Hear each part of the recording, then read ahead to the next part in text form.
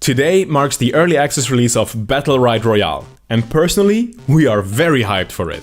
So whether you have never heard of this game before, or you already are a Battlerite veteran, we want to share our thoughts with you on why we think it's worth picking up this game now. But first, let's start with a bit of history. Battlerite Royale is based on Stunlock Studios' earlier release, the free-to-play title Battlerite.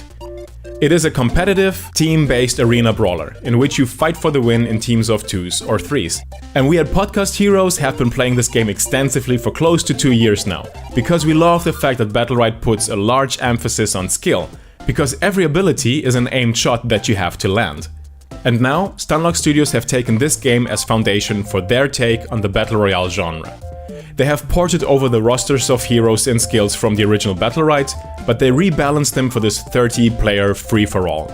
However, when Stunlock Studios first announced Battle Royale, the community was anything but enthusiastic. The fans were angry and they felt betrayed because they thought Stunlock Studios was abandoning the arena portion of Battlerite in favor of this new Royale spin-off. Also, Royale was initially announced to be a free game mode inside of the Battlerite client, but the developers later chose to instead release it as a standalone title and to charge for early access. In the beginning, we could understand some of the outrage, at least to a certain degree. But for anybody who still is mad over this, it is now time to get over it. In the past few weeks, not only have Stunlock Studios explained in detail why they made the choices they made with Royale, but they have also shown why it is so much more than just an added game mode. And people who joined the closed beta could experience this firsthand. And we played it as well, and we had a blast. Every hero has a full set of skills that includes, besides your basic attack, a mobility skill, some form of crowd control, and a counter. And then depending on your hero, shields, invisibility or healing spells are thrown into the mix. However, at the start of the game you only start with your basic attack and one additional skill that you get to choose, depending on what you feel is best suited to help you survive in the early minutes of the game. And as it's common in Battle Royale games, you then drop from the sky, and in this case you do it from an awesome looking wolf wyvern, and you slam onto the battlefield. From here, you'll hunt for loot chests that provide you your missing skills and additional equipment and usable items.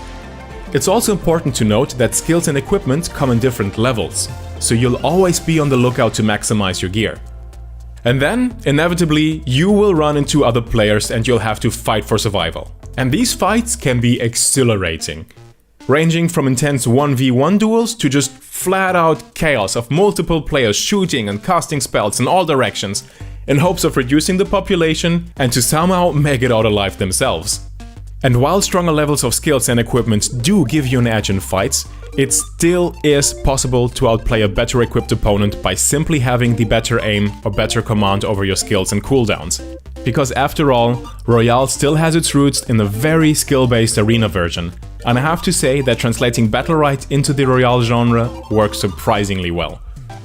That brings me to my last point on what I love about Battlerite Royale, and that is that there simply are no cheap kills. You don't just suddenly die because you get sniped out of nowhere from half a mile away by somebody you didn't even know was there. Because by design, you only ever see your immediate surroundings, which means you always get to face your opponents. And with that, you always have the chance to either fight for the win or to flee and to make it out alive. So should you pick up this game in early access? In our opinion, yeah. If you're looking for a change of scenery from all the PUBG and Fortnite FPS Royale copycats out there, this might be for you. If you play Battlerite Arena and you want to take a break from its more competitive nature for something that's just a little more lighthearted, this might be for you. And if you're just looking for a game that you can play with a friend and just have a good time playing it together, this might be for you. And don't let the early access label scare you off. We bought into the early access of Battlerite in winter 2016, and 2 years later it is still one of our most regularly played games.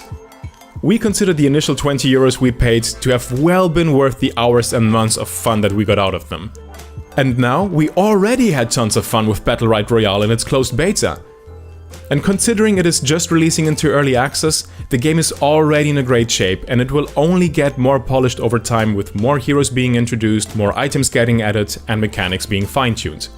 So if we can get the same amount of enjoyment out of buying into early access here as we got out of the original Battlerite, and we do have the strong impression that this is the case, then this is a very easy recommendation to make.